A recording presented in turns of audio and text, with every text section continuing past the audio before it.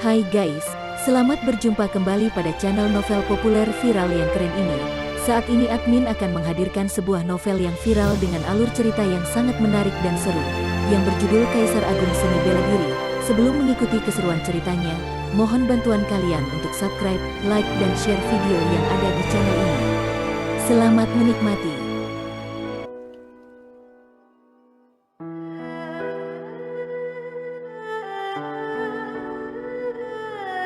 Kaisar Agung Seni Bela Diri, Bab 112. Mencapai permunian ilahi, kekuatan 6 kali lipat ditambah dengan kekuatan 4 kali lipat, kekuatan 24 kali lipat, vital sejati hidup dan mati, dan kesadaran bela diri pedang. Saat ini semuanya meledak keluar dengan serentak, klang. Pedang tempur di genggaman Paman Zengki seketika langsung bergetar dan terlepas, tangannya hancur dan mengeluarkan darah segar. Raut wajahnya berubah drastis, dia tidak menyangka pihak mereka memiliki teknik rahasia yang lebih hebat, yang bisa dalam waktu singkat mengeluarkan serangan yang begitu kuat. Mundur, wajah Paman Zengki sudah tidak sesantai tadi, dia mundur ke belakang dengan takut. Kerah baju Paman Zengki tersobek, jika dia lebih lambat untuk mundur maka dia akan terluka. Kenapa orang ini bisa meledakkan tenaga yang begitu mengerikan? Paman Zengki menatap Luo Xiu yang ada di depannya dengan marah, kekuatan sayatan pedang tadi benar-benar membuatnya merasakan ancaman. Orang yang memberinya ancaman tersebut hanyalah seorang yang masih setengah tingkatan pemurnian ilahi. Perbedaan basis kultivasinya semakin ke belakang semakin besar di antara setiap alam kecil. Namun teknik keterampilan transformasi misterius kekuatannya sendiri. Dalam teknik keterampilan transformasi misterius yang langka ini, jika berhasil melatih tingkat pertama, maka dapat mengeluarkan ledakan kekuatan 2 kali lipat. Untuk berhasil melatih tingkat kedua perlu tubuh perang tingkat lanjut agar dapat meledakkan 3 kali lipat dari 2 kali lipat dasar kekuatan yaitu kekuatan 6 kali lipat. Untuk berhasil melatih tingkat ketiga perlu tubuh perang tingkat akhir agar dapat mengeluarkan ledakan kekuatan 24 kali lipat. Dan di tingkat keempat butuh tubuh perang tingkat kerajaan untuk mengeluarkan ledakan kekuatan ratusan kali lipat. Dahulu, Luo Xiu mengira dia hanya dapat mengeluarkan kekuatan 5 kali lipat sebagai ledakan kekuatan tertinggi, dan pada saat dia bisa mengerahkan tingkat kedua dia baru sadar bahwa bukan cuma kekuatan 3 kali lipat melainkan kekuatan 6 kali lipat. Luo Xiu sekarang bahkan belum mencapai tubuh perang tingkat atas. Jaraknya untuk mencapai tubuh perang tingkat akhir masih sangat jauh, tubuhnya tidak akan mampu menahan robekan dari kulit dan aliran darah segar untuk menggerakkan tingkat ketiga keterampilan transformasi misterius secara paksa, itu membuat badannya hampir roboh. Namun pada saat ini Luo Xiu tidak berpikir terlalu banyak. Setelah menyerang Paman Zengki sampai mundur, Luo Xiu mengeluarkan sebuah pil dan menelannya. Pil yang dia telan adalah pil penambah energi. Setelah pilnya bereaksi, basis kultivasinya bertambah secara bertahap dan meningkatkan 3 alam kecil, serta langsung melewati batas pemurnian ilahi, dia mencapai tingkat ketiga dari pemurnian ilahi. Dengan bantuan pil penambah energi, Luo Xiu sementara dapat menahan tubuhnya yang hampir roboh. Kemampuan mengejar angin dan bulan, Luo Xiu bertransformasi menjadi lintasan cahaya yang berterbangan, namun dia berhenti di depan Yan Shiruo. Pada saat ini Meng Kuang malah mengayunkan kapak gandanya dan bergerak maju untuk menebasnya. Mati kamu, Luo Xiu sekali lagi meledakkan kekuatan 24 kali lipat dari tingkat ketiga keterampilan transformasi misterius. Dia mengeluarkan pedang dengan cepat hingga indera spiritual pun tidak dapat menyorotnya karena begitu menyilau mata. Meng Kuang yang mengayunkan kapak ganda dan melebarkan matanya. Tubuhnya terpotong-potong dan dihancurkan oleh Luo Xiu. Apa? Raut wajah Yi Chuan berubah drastis, bagaimana Luo Xiu ini bisa berubah menjadi begitu kuat? Sebelumnya dia hanya bisa membuat Meng Kuang terluka berat, ternyata saat ini dengan satu tatapan saja dia sudah dapat membunuh Meng Kuang. Kamu juga mati saja. Luo Xiu mengayunkan pedangnya dan mengeluarkan sebuah lintasan energi pedang bercahaya gelap. Dengan peningkatan kekuatan 24 kali lipat, satu lintasan energi pedang saja sudah membentuk lintasan sepanjang 10 kaki dan dapat memisahkan langit dan bumi. Lari, Yi Chuan mengeluarkan mantra pengendali angin, dia mau menghancurkannya lalu melarikan diri. Pada saat yang sama, dia menggunakan bendera formasi untuk membentuk 4 tingkat formasi pertahanan dan melindungi sekelilingnya. Duar, energi pedang cahaya gelap yang mengerikan langsung menghancurkan formasi pertahanan dan membuat badan Yi Chuan terbelah menjadi 2. Ketika penglihatan Luo Xiu kembali kepada Paman Zengki, dia telah pergi. Paman Zengki kaget dan melarikan diri karena kekuatan tempur yang dikeluarkan oleh Luo Xiu saat ini. Menggerakkan 3 kali keterampilan transformasi misterius secara terus-menerus yang melewati batasan kemampuan tubuh sendiri, membuat Luo Xiu sadar dan merasakan penglihatannya semakin memudar. Badannya tidak dapat menahannya dan terdorong ke belakang meskipun telah mendapatkan bantuan dari pil penambah energi. Luo Xiu, Yan Shiruo yang berada di belakangnya bergegas menopang Luo Xiu dan tersadar akan badannya yang mulai hancur dan napasnya yang semakin halus. Kenapa kamu bisa sebodoh ini? Mata Yan Shiruo memerah, Dia tahu jika bukan karena ingin menolong dirinya, Luo Xiu pasti tahu untuk mengukur batas kekuatannya, siapapun tidak dapat menghalanginya. Justru karena untuk menyelamatkan Siruo, Luo Xiu menggunakan teknik rahasia untuk mengeluarkan potensi diri, sehingga dirinya terkena reaksi serangan balik yang begitu parah. Tidak ada kekuatan apapun yang bisa didapatkan tanpa pengorbanan, bahkan kemampuan tubuh kultivator seni bela diri sekalipun juga didapatkan melalui melatih kultivasi dengan keras dan memperolehnya secara sedikit demi sedikit. Yan Siruo sendiri juga terluka, tetapi lukanya masih lebih ringan dibandingkan Luo Xiu. Dari tingkat kesadaran Luo Xiu yang lemah, dia melihat munculnya titik-titik cahaya bintang dalam kegelapan. Luo Xiu melihat terbentuknya reinkarnasi besar di atas kepalanya dan sedikit merasa kebingungan.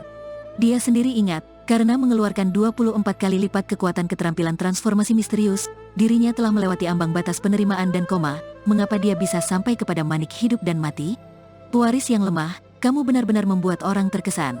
Tiba-tiba, suara roh samsara bergema. Luo Xiu sedikit terkejut setelah mendengar kata-kata ini. Dia tidak tahu apakah roh samsara ini memujinya atau menghinanya. Namun, roh samsara tidak peduli apa yang dipikirkan oleh Luo Xiu dan melanjutkan perkataannya. Meskipun jiwa kekal cuma butuh satu tarikan napas, maka akan tetap hidup, dan juga berbeda dari jiwa sebelumnya karena akan berubah menjadi lebih kuat. Namun tubuhmu hanya di batas tubuh perang tingkat lanjut, jarakmu untuk tubuh perang tingkat akhir masih jauh. Jika kamu menggerakkan kekuatan 24 kali lipat secara paksa, itu sudah cukup untuk membuat tubuhmu hancur dengan menderita dan tidak semua orang dapat menahannya. Jika kamu tidak bisa menahan rasa sakitnya, maka kesadaranmu akan runtuh dan lautan jiwamu akan hancur. Jika demikian kamu benar-benar akan mati, jiwa kekal juga tidak akan berguna sama sekali. Tetapi kamu bukan cuma sanggup menahan penderitaan seperti itu, kamu bahkan hanya mengalami koma. Apakah kamu tahu ini karena apa? Mendengar ini, Luo Xiu juga merasa sedikit takjub. Dia benar-benar tidak pernah berpikir dengan menggerakkan kekuatan 24 kali lipat secara paksa dapat menghasilkan akibat yang begitu menakutkan. Saat itu melihat Yan Siruo terluka, dia tidak peduli lagi akan dirinya dan langsung menggunakannya. Dia sama sekali tidak memikirkan segala akibat yang akan terjadi. Sedangkan kenapa dirinya dapat menahan kesakitan dari kehancuran dan kerobohan tubuhnya Luo Xiu sendiri juga tidak mengetahuinya. Kalaupun iya, mungkin saja karena indera spiritualnya yang rela untuk berkorban di saat itu, yang menyebabkan dirinya dapat menahan rasa sakit dari kehancuran dan kerobohan tubuhnya. Sementara alasan Luo Xiu berkorban hanyalah karena Yan Siruo terluka, ini membuat hati Luo Xiu menjadi semakin bingung. Sejak bertemu dengan Yan Siruo, dia sadar bahwa dirinya memiliki sebuah perasaan yang spesial kepadanya namun dia sendiri tidak dapat menjelaskan. Kamu harusnya sudah tahu alasannya, kamu bisa memiliki perasaan spesial seperti itu karena kamu terobsesi dengan wanita yang bersamamu itu. Roh samsara seketika berkata, terobsesi apaan? Luo Xiu bingung. Setelah melalui berbagai reinkarnasi pun tidak dapat memusnahkan jejaknya, itulah obsesi. Roh samsara berkata, segala makhluk di langit dan bumi, hidup dan mati akan bereinkarnasi dan segalanya akan menjadi kosong.